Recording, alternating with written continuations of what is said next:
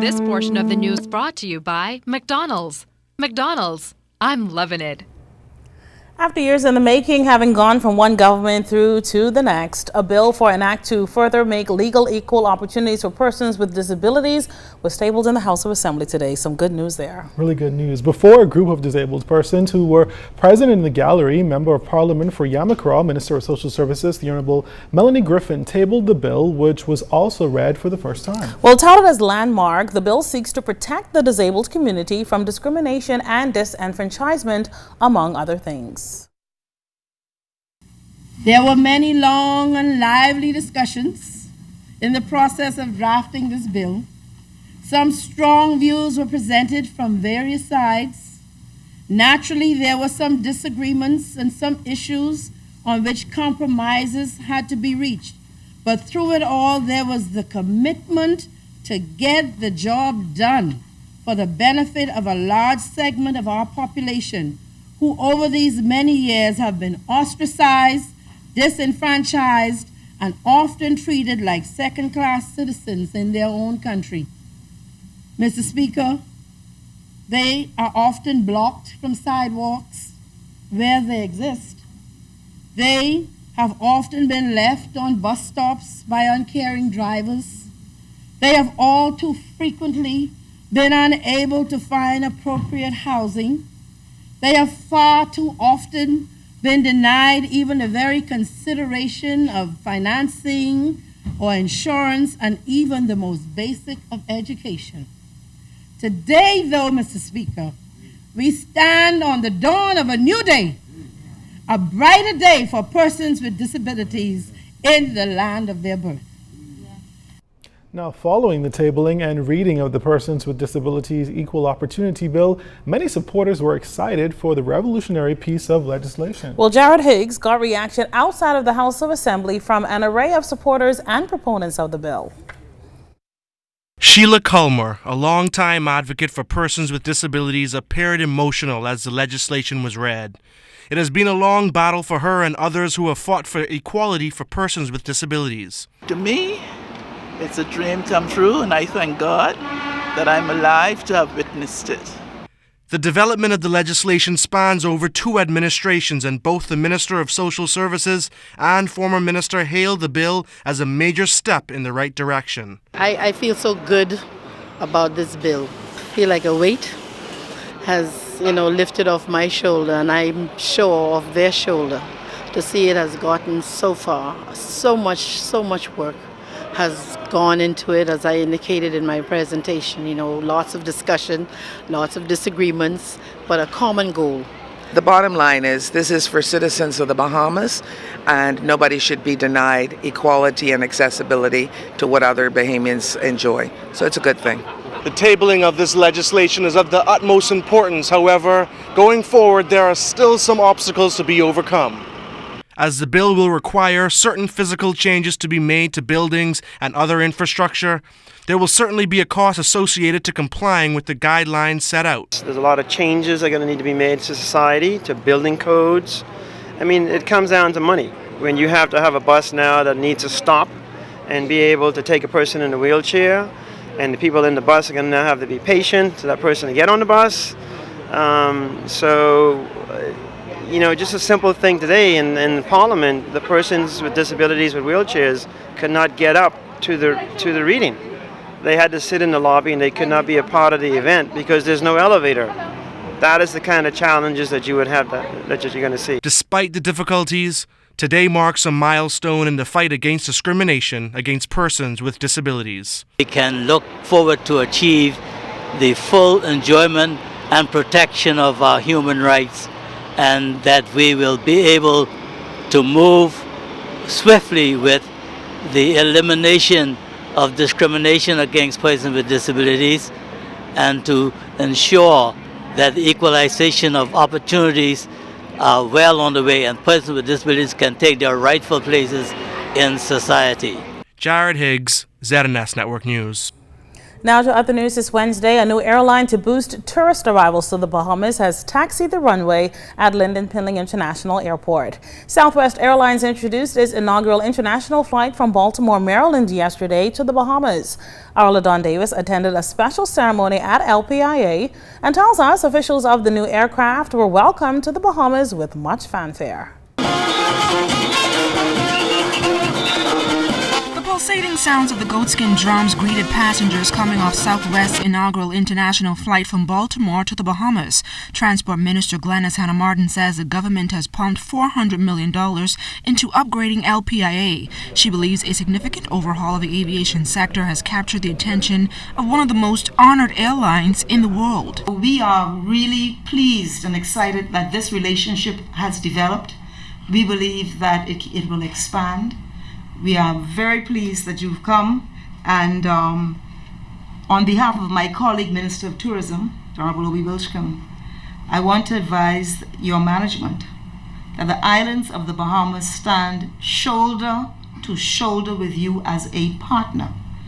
We have a vested interest in your success. Your success is also our success. VP of Ground Operations Jack Smith says he is excited about the airline offering non-stop flight services to the Nassau market. We are incredibly proud of our product. We are proud of what we bring to the marketplace, and that's low fares, good customer service, for the most part brand new airplanes, all leather seats, no bag fees and no change fees. We think we bring a unique product to Nassau, and we think that the following will be terrific. Baltimore is a great jumping off point for us because not only will we carry those local Baltimore customers, but there's a myriad of connecting options throughout the Midwest and the Northeast that hopefully expands the Nassau market and for us as well. CEO of the Nassau and Paradise Island Promotions Board, Fred Lounsbury, says the new airlift will also have a significant impact on occupancy levels in the hotel industry. The 700-room Melia joined the destination. It will convert to a full all-inclusive by the end of the year, which is a huge marketing tool for Nassau Paradise Island, as well as a new all-inclusive on Paradise Island, the Warwick Paraiso. It's a new name, so sorry if I messed it up. That will open in early 2015. That's about 250 rooms. So the destination is really diversifying with a lot of different type of all-inclusive product and hotel product. Officials of Southwest Airlines say they do not plan to offer services to any other islands at this time, but are not ruling the idea out. The airline currently provides daily flights between Nassau and Baltimore. LaDon Davis, ZNS Network News. Well, as we get closer to Bahamian independence, we wanted to know how you plan to celebrate, and are you excited about the occasion? I'm excited. Are you? I'm excited. I'm okay, getting that's there. Good. Well, the burning question is, what's Bahamian to you? As a result, leading up to the big day on July 10th, our CS Adderley will travel throughout New Providence to ask as many as Bahamians as possible that very same question. Her first stop was downtown. Prepares to celebrate its 41st independence next week, our news team took to the streets to find out from Bahamians what's Bahamian to you. The first stop was the bustling downtown area late Monday afternoon.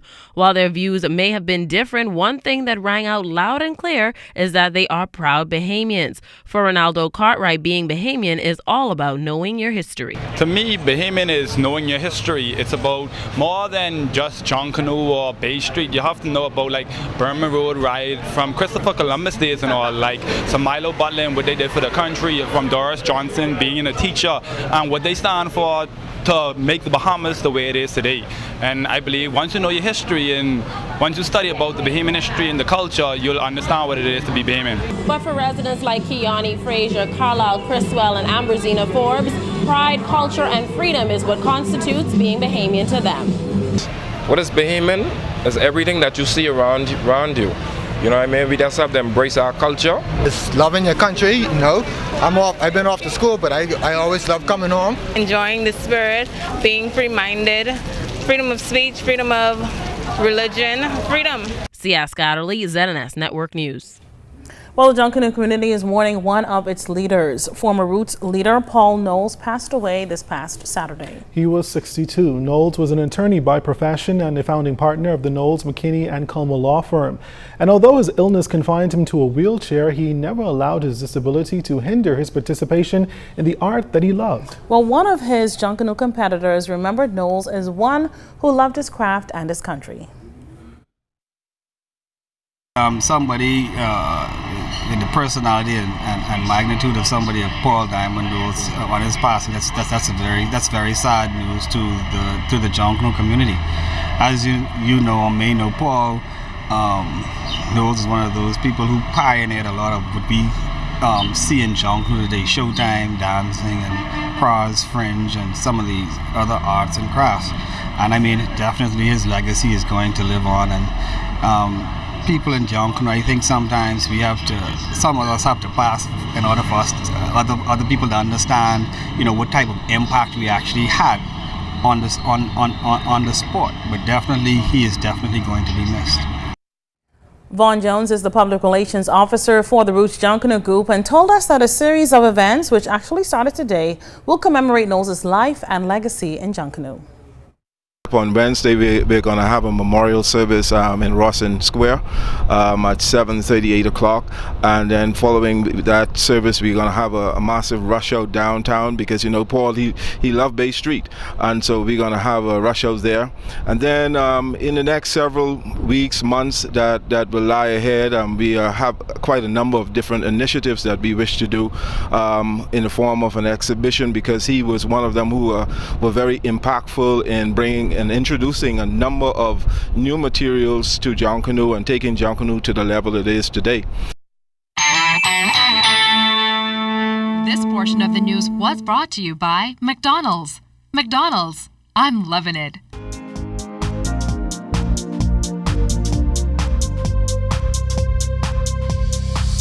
This is your Royal Fidelity Business News. I'm C.S. Scotterly. New legislation seeking to govern the local accounting industry is now before the Attorney General's office. It's an initiative that's being spearheaded by the Bahamas Institute of Chartered Accountants. BICA's incoming president Darnell Osborne says the proposed legislation comes following an embarrassment the local sector experienced a few years ago.